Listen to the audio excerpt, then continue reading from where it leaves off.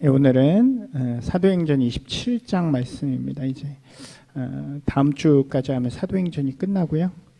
저희가 그 다음에는 로마서나 아니면 또 다른 거를 한번 생각해 보도록 하겠습니다. 사도행전 27장 다 펴주시면 될 것 같고요. 우리가 계속해서 사도행전의 이야기를 처음부터 이제 나누었는데요. 이제 거의 마지막 부분까지 오게 되었습니다. 이 사도행전은 한마디로 이야기하면 예수님께서 마지막 명령하신 그 말씀을 이렇게 말씀이 제자들을 통해서 또 그를 따르는 사람들을 통해서 이루어지는 과정을 우리에게 보여주고 있다고 이야기할 수 있을 것 같습니다. 예수님께서 마지막 승천하시기 전에 하신 말씀이 뭔지 기억하시나요? 1장 8절에 나와 있는 말씀이죠. 그러니까 비슷한 말씀이 마태복음 마지막 구절에도 나와 있지만 이제 다른 표현으로 이제 1장 8절에 있는데 한번 같이 한번 보시겠어요? 사도행전 1장 8절입니다. 예.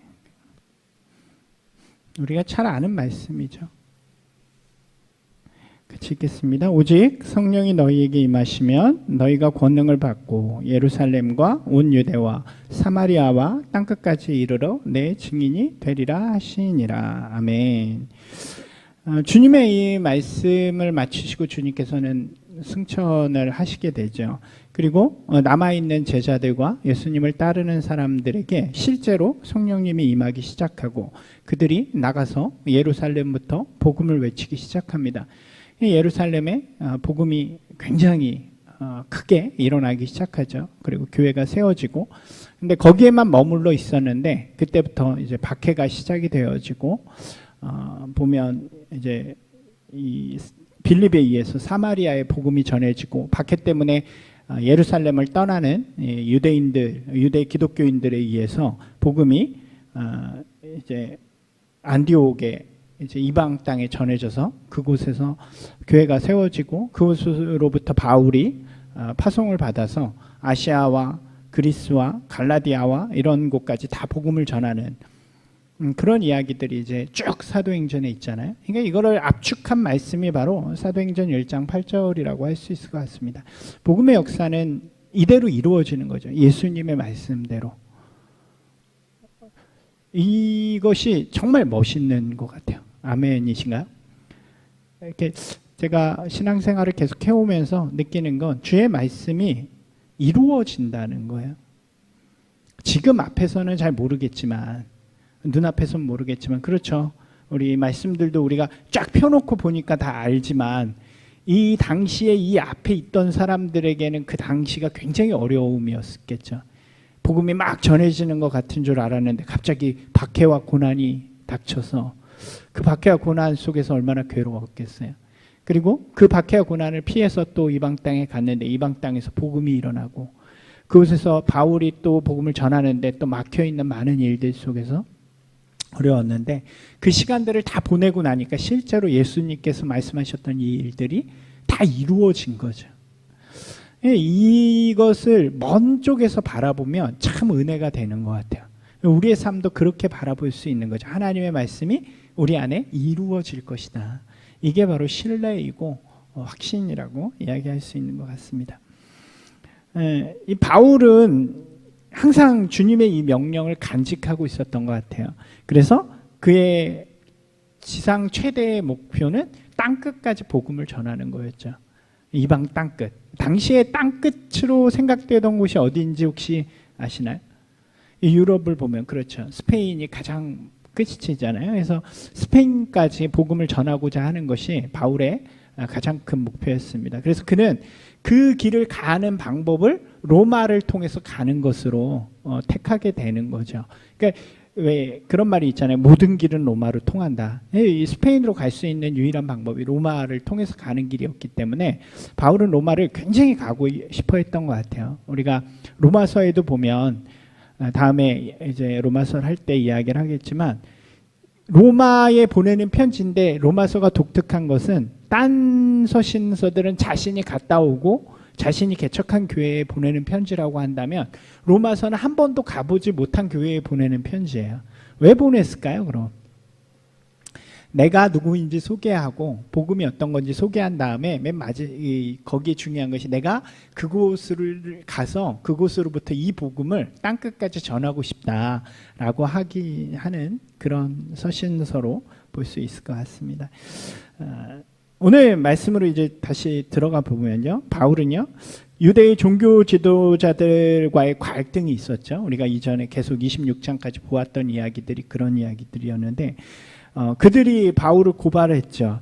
그 갈등과 고발을 오히려 바울은 이용하게 됩니다. 그래서 그것을 가지고 로마로 가는 기회를 삼게 되죠. 바울이 가이사에게 자신에 대한 심판을 제소하잖아요. 이 총독에게 나는 가이사 앞에서 심판을 받겠다라고 이야기하지 않았으면 어떻게 된다고 우리가 기억을 하나요? 우리 지난주 말씀이었는데 32절 26장 32절 말씀 한번 읽어볼까요?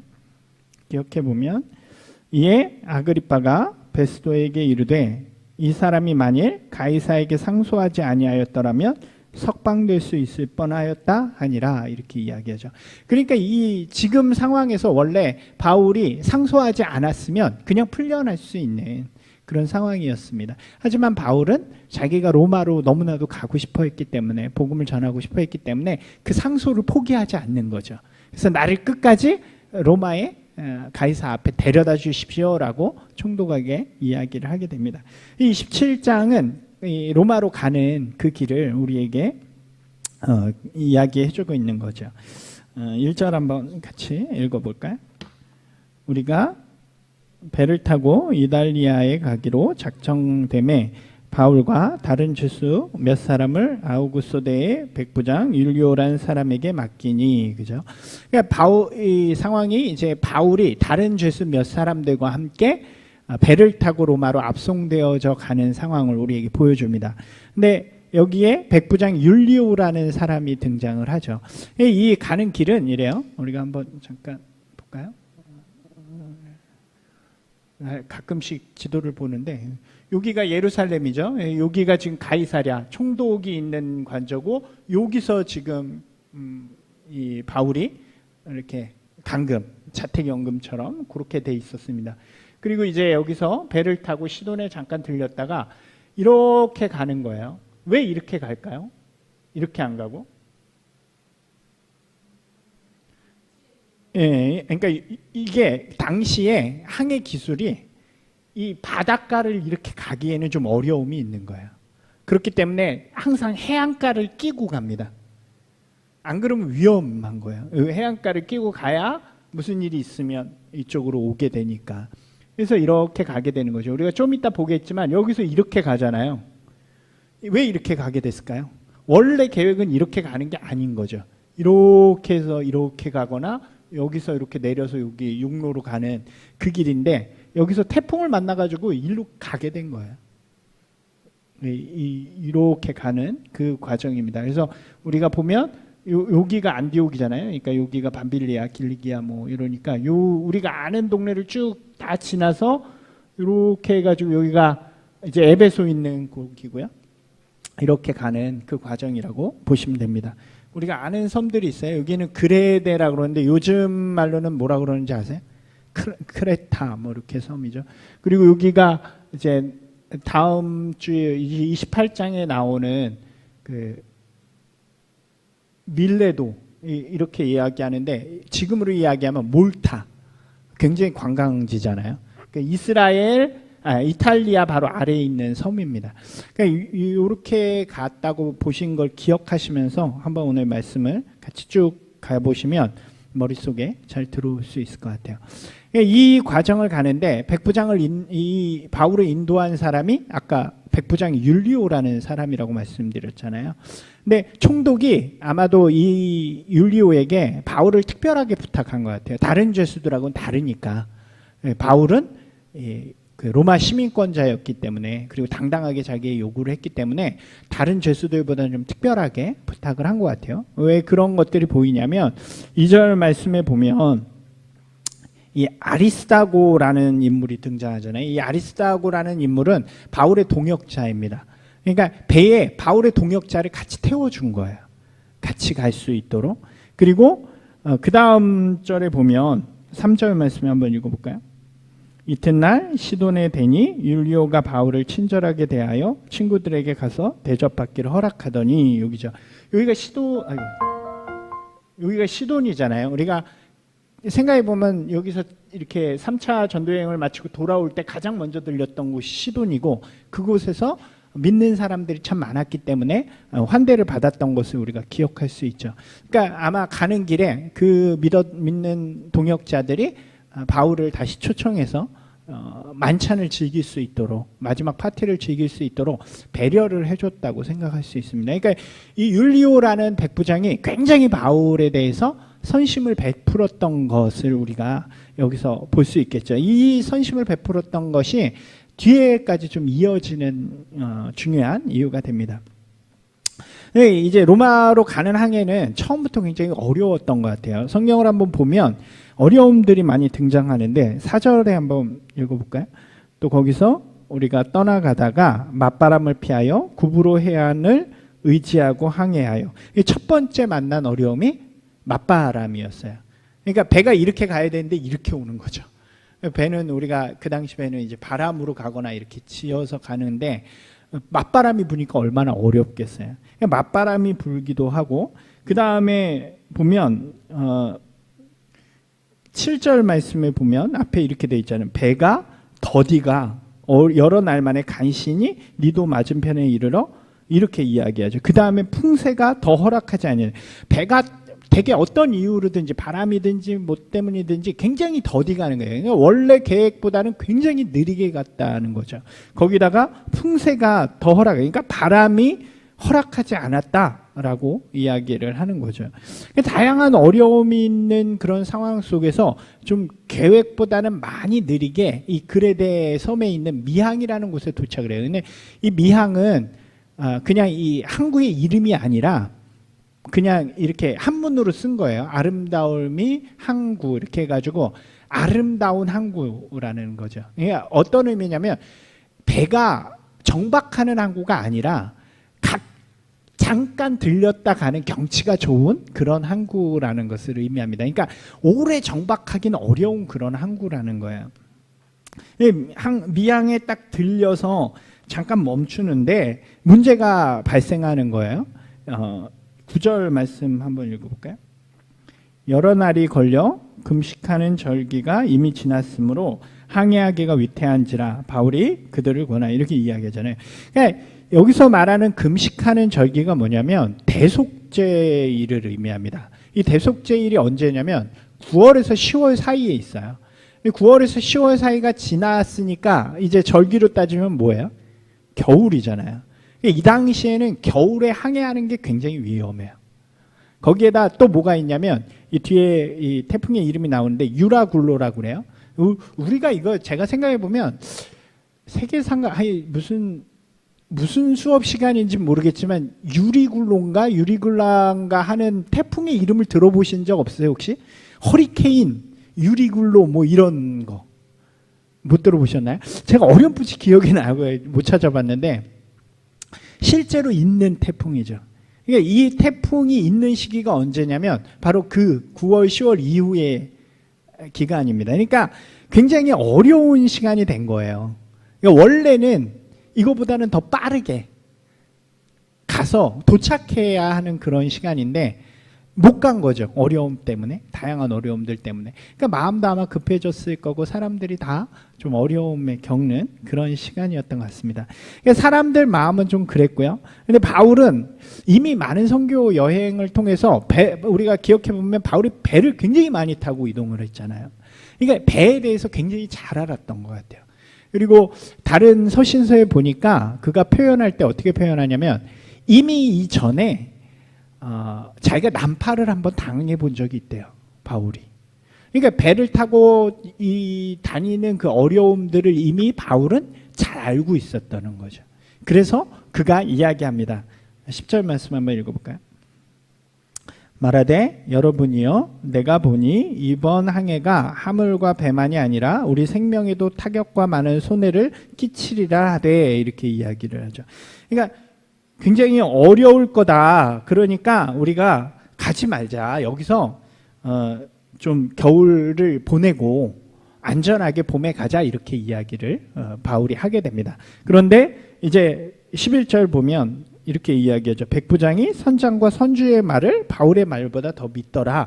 근데 어떻게 보면 당연한 거죠. 선장과 선주는 이 선원들은 배에 대한 베테랑이잖아요.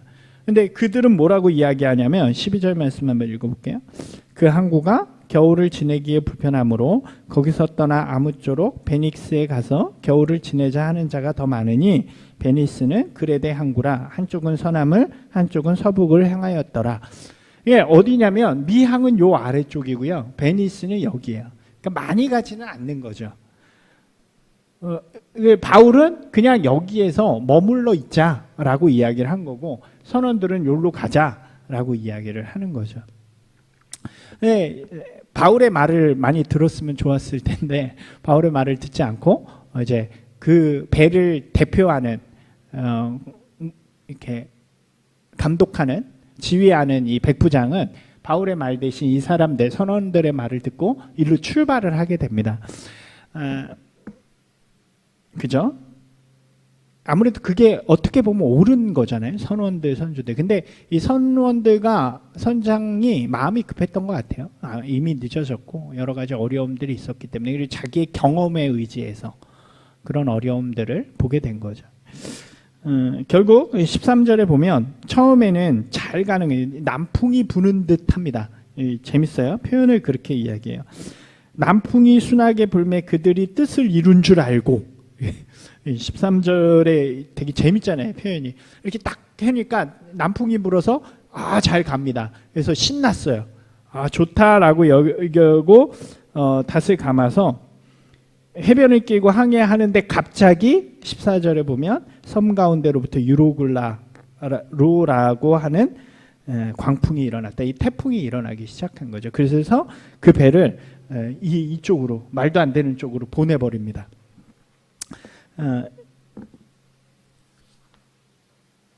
그죠? 상황이 얼마나 급박했는가를 성경이 재밌게 표현해줘요. 그래서 제가 성경을 읽으면서 성경이 참 그런 표현들이 재밌다라고 느꼈어요. 한번 보시면은 되게 자세하게 표현합니다. 15절에 보면 어떻게 돼요? 배가 밀려 바람을 맞춰갈 수 없어 가는 대로 두고 쫓겨갔다.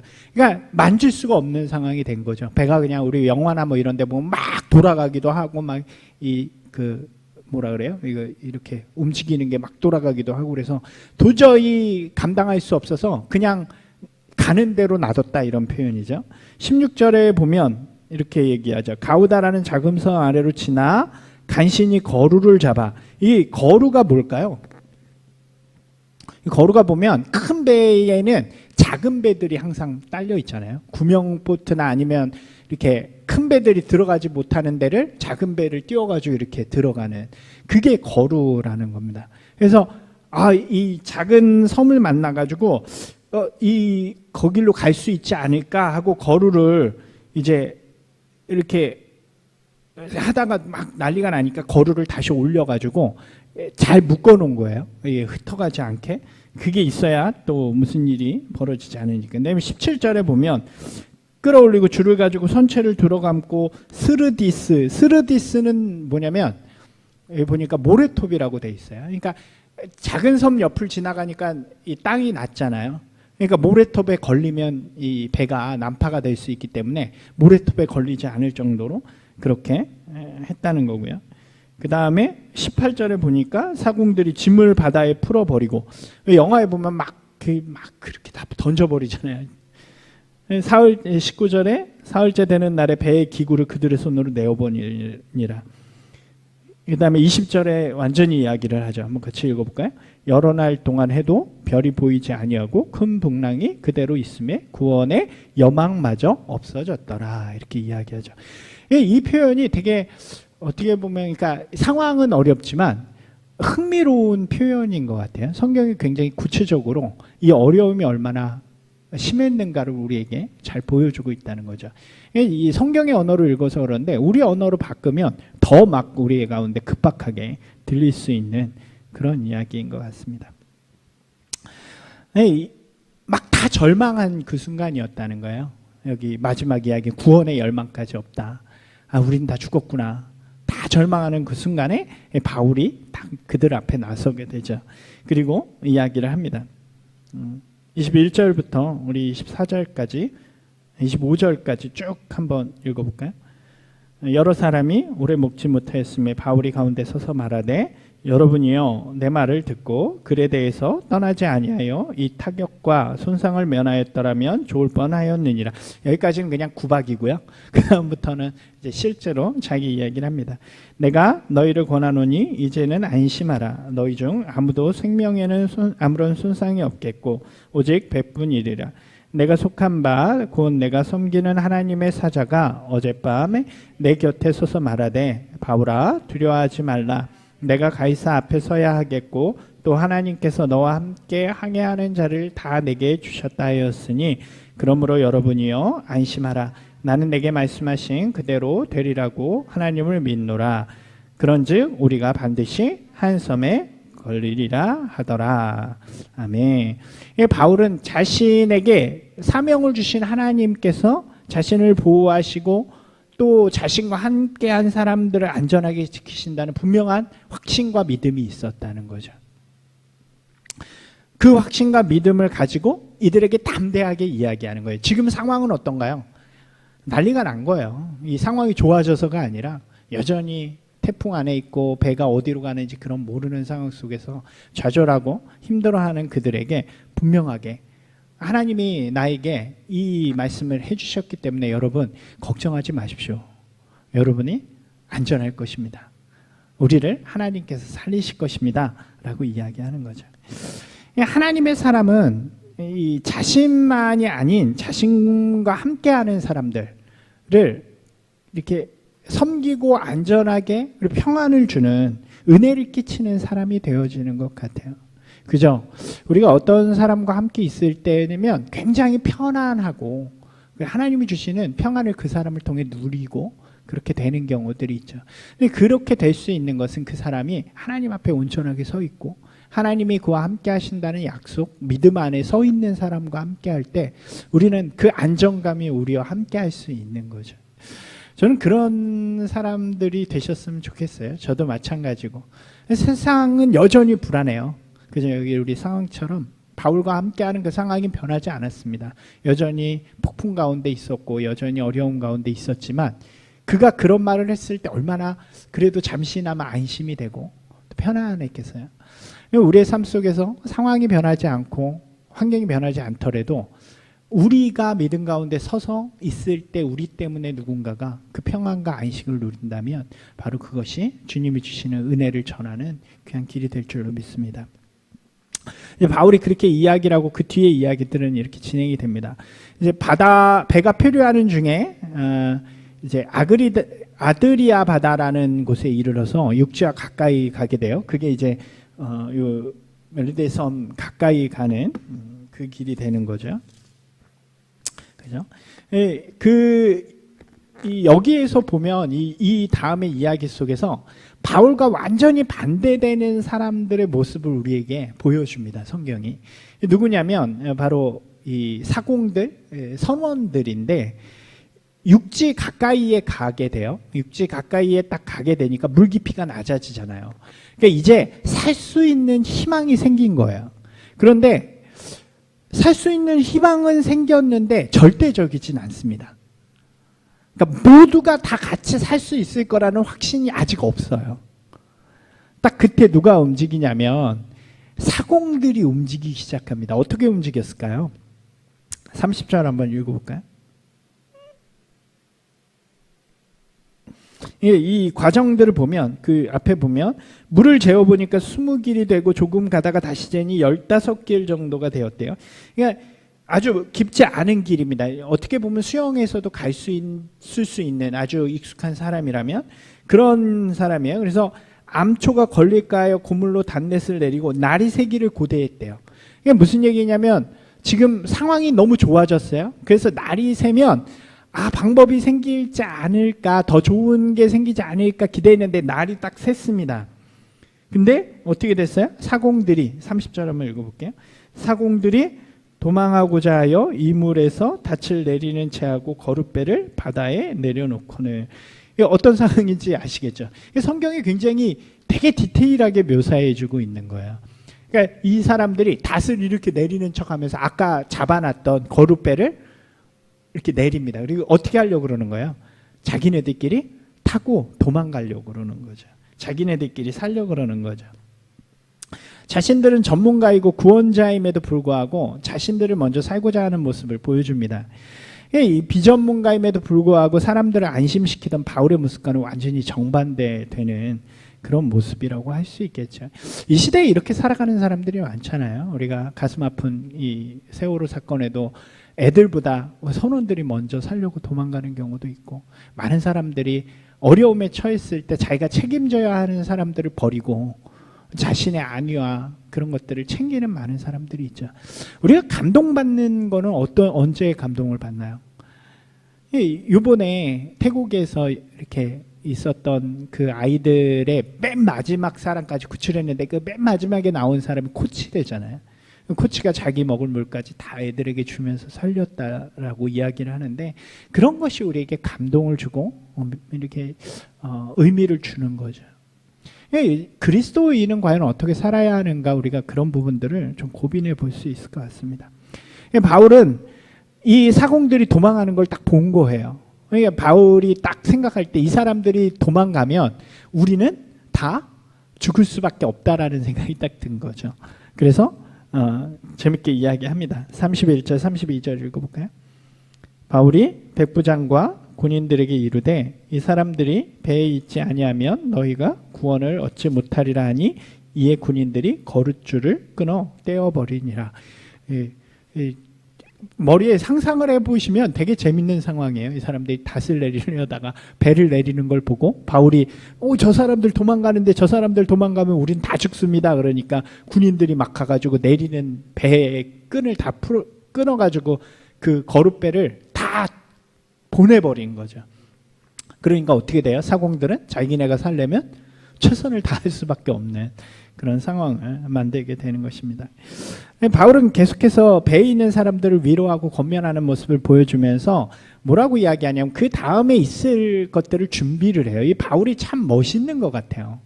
이게 지금 리더도 아니고 이 배에 대한 어떤 주도권을 갖지도 않았지만 그 상황 속에서 가장 할 수 있는 가장 선하고 좋은 일들을 가장 앞서서 이야기합니다. 이것이 바로 리더십이죠.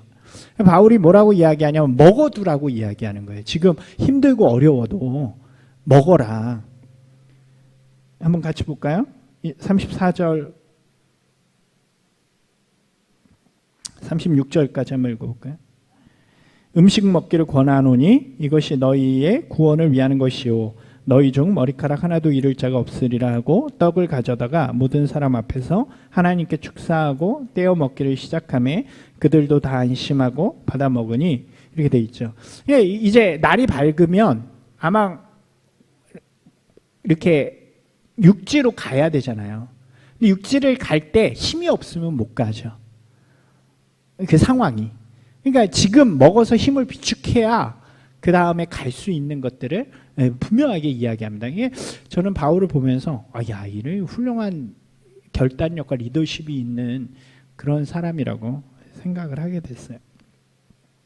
그죠? 그리고 나서 나머지 것들을 다 버려서 이걸 하게 된 다음에 그 다음에 이제 이야기는 배가 파손되어지고 그 다음에 천천히 해안으로 이렇게 들어가다가 배가 낮으니까 낮은 배에 이렇게 부딪혀가지고 배가 파손이 되어지고 사람들이 그 파손된 배를 붙들고 이렇게 뭐 널판지나 이렇게 붙들고 혹은 수영해서 육지로 가게 되는 그런 상황을 이야기합니다. 41절에 보면 그런 이야기들을 하죠. 이 42절에 보면 재밌는 또 이야기가 등장을 해요. 뭐냐면 군인들은 죄수가 헤엄쳐서 도망할까 하여 그들을 죽이는 것이 좋다 하였으나, 이렇게 이야기를 하죠. 이게 무슨 얘기냐면 거기 배에 탄 사람들이 죄수들이잖아요. 이 배가 파손돼서 사람들이 수영해서 다 가니까 이 사람들이 도망가는 곳으로 생각할 수 있고, 이 사람들을 놓치면 이 군인들이 벌을 받게 되기 때문에 차라리 죽이자, 이런 의견이 나왔다는 거예요. 근데 그때 이제 바울을 선하게 여기는 이 백부장 율리오가 그들을 막으면서 이야기하죠. 43절 한번 말씀 보시겠어요?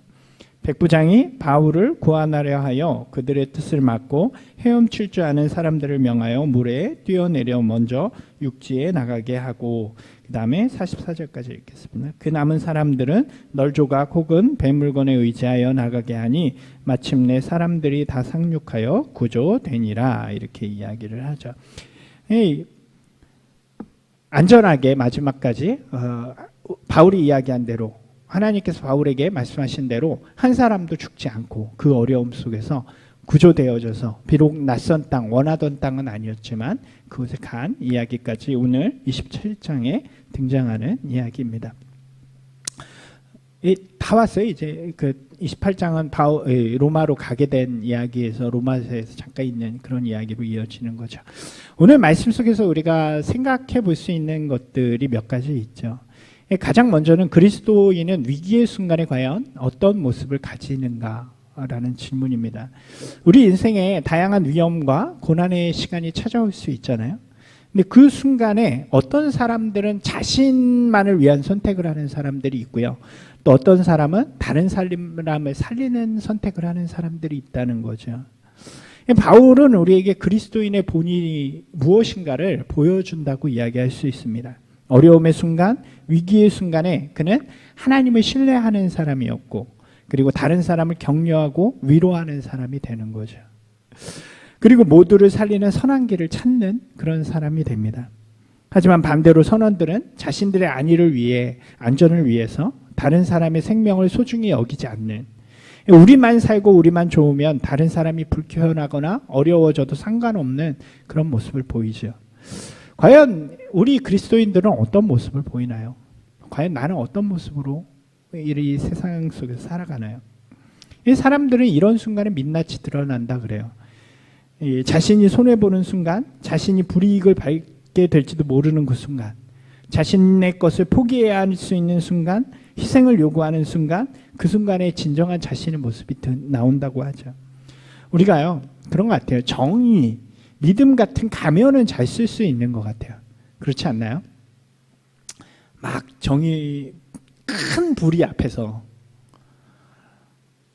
굉장히, 그러니까 뭐 우리가 정치를 잠깐 예를 들면, 그때 우리가 탄핵될 때 그런 큰 잘못됨 앞에서는 우리가 다 정의로울 수 있잖아요. 하지만 진짜는 언제 나오냐면, 우리가 의로운 척도 하고 착한 척도 할 수 있는데, 실제 그런 모습은 자신의 이익에 대해서 손해보는 상황이 될 때 자신이 실제가 드러나게 되는 것 같아요. 우리가 보면 예수님께서는 그러한 그 순간에 죽음을 선택하시죠. 바울도 그러한 순간에 사람들의 안전을 선택하고 복음을 선택하는 사람이 되죠. 진짜 그리스도인의 모습을 보이는, 우리가 존경하고 따를 만하다고 하는 사람들의 선택은 다 그 순간에 하나님의 길, 하나님이 우리에게 보여주신, 예수 그리스도께서 보여주신 길을 선택한 사람들이었다는 거예요. 사랑하는 여러분, 우리가 좀 그런 도전을 해보기를 원합니다. 말로만이 아니라, 저는 가끔 그럴 때가 있어요. 예전에 교회에서 이제 선교 여행이나 이런 걸 가잖아요.